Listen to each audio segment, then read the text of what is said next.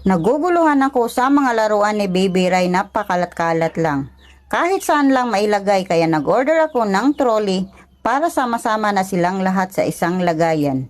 At kahit saan niya dalhin ay pwedeng-pwede kasi may gulong at siya na rin mismo ang magtulak nito. Para na rin siyang naglalaro habang tinutulak niya. At eto na siya ang finished product. Madali na lang sa kanya ang pagkuha nito kasi nasa harapan na niya lahat at kasing tangkad lang niya. Safe siya na nakarating, walang damage kasi nakabalot ng bubble wrap. Although walang karton ang mga tray pero hindi nasira kasi linagyan ng tape all around para hindi umaalog. Separate po kasi ang mga extra tray sa pag-order kung gusto mo lang mag-add-on nito. Ang linagay sa box ay ang trolley set lang. At eto na lahat ang in-order ko. 3 hanging trays at 4 large trays. Add-on lang ito, depende sa'yo. Ito naman ang laman ng karton, ang trolley set. Meron dito 8 pieces na stand para sa mga layer niya.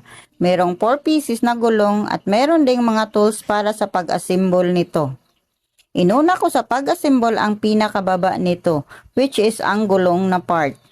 Hanapin mo lang ang butas niya at ipasok mo ang gulong. At after nun ay gamitin mo ang wrench para malak ito ng husto. At ganyan na rin sa 4 na gulong ang gagawin mo. Kailangan mo lang talaga ilak ng husto para matibay siya at hindi umaalog. Kahit hindi ka na makatingin sa manual, ay napakadali lang nito i-assemble. Basta sa baba ka mag-umpisa para hindi ka mahirapan. At dito naman tayo sa stand niya para sa second layer. Itapat mo lang ang butas sa stand sa kabilang butas para doon mo ipasok ang screw nito. At ilak mo lang gamit ang wrench, same lang din sa 4 na stand nito. Repeat procedure lang hanggang sa matapos ang third layer. At after nun, ang pinaka-handle nito, ilak mo din ng maayos. At eto na ang final look niya. Napaka-sturdy niya basta iingatan mo lang ito. Hindi ito madaling masira kung bata lang ang maglalaro nito. Huwag mo lang paupuan sa bata o di kaya lagyan ng mga mabibigat para hindi bumigay ang mga tray sa bawat layer nito. Ito na ang hitsura niya. Napaka-aesthetic at malinis tignan. Ayan, naglagay ko ng mga trays at 3 piraso na hanging trays. Maliliit lang po ang mga nakasabit. Insakto na paglalagyan ng mga crayons ni Aling Maliit. Magaan lang po siya itulak. Napaka-smooth ng mga rollers niya.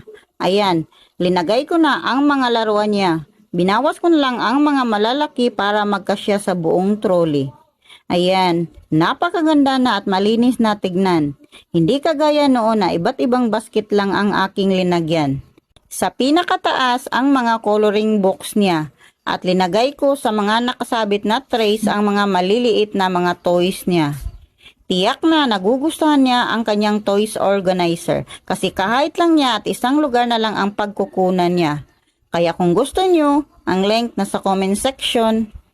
Kung umabot kayo sa videos ko hanggang dito, pa-like and share ng videos ko. Yun lang, salamat.